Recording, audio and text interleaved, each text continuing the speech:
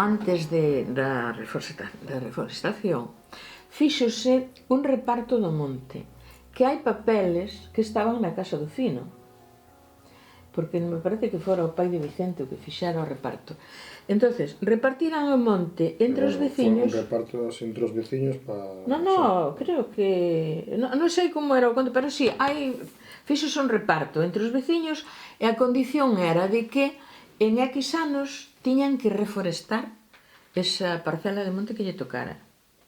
O único que reforestou foi o señor Jesús de Resúa, o bisavó de Carlos Fermín. Reforestou un agro que tiñan ali arriba, cerrouno, plantoulle piniños.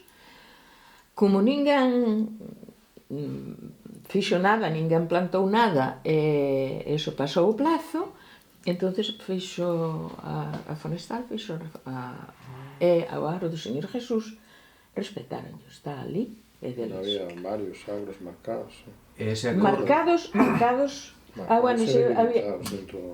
Sí, había uns enclavados, pero aquí en Imún me parece que o único que había era o do señor Jesús. E o resto de parcelas, creo que non. Colleunos como se foga unha.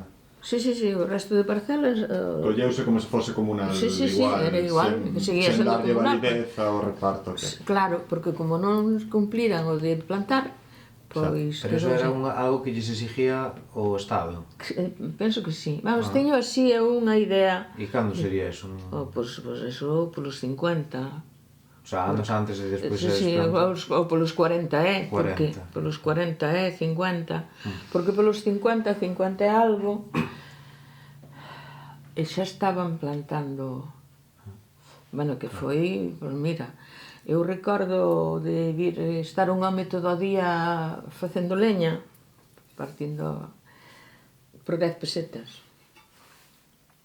E despois viñeron os do monte, todo o mundo foi traballar ao monte. E pagaban, non sei se eran 12 pesetas ás mulleres e 18 aos homes ou algo así. E iba todo o mundo... Reventaron o mercado laboral. Reventaron, marchou todo o mundo ao monte ca súa fiembreiriña.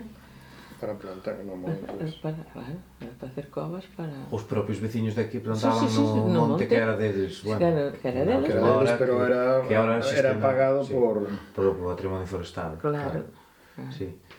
Pero ao mesmo tempo, unha vez que estaba plantado, dicía, bueno, pois as ovellas nas podes levar. Claro, as vacas tampouco, claro. Quero dicir, foi durante ese tempo que se pagaron o tal, pero, joder, hecho o negocio... Estropearonche a vida.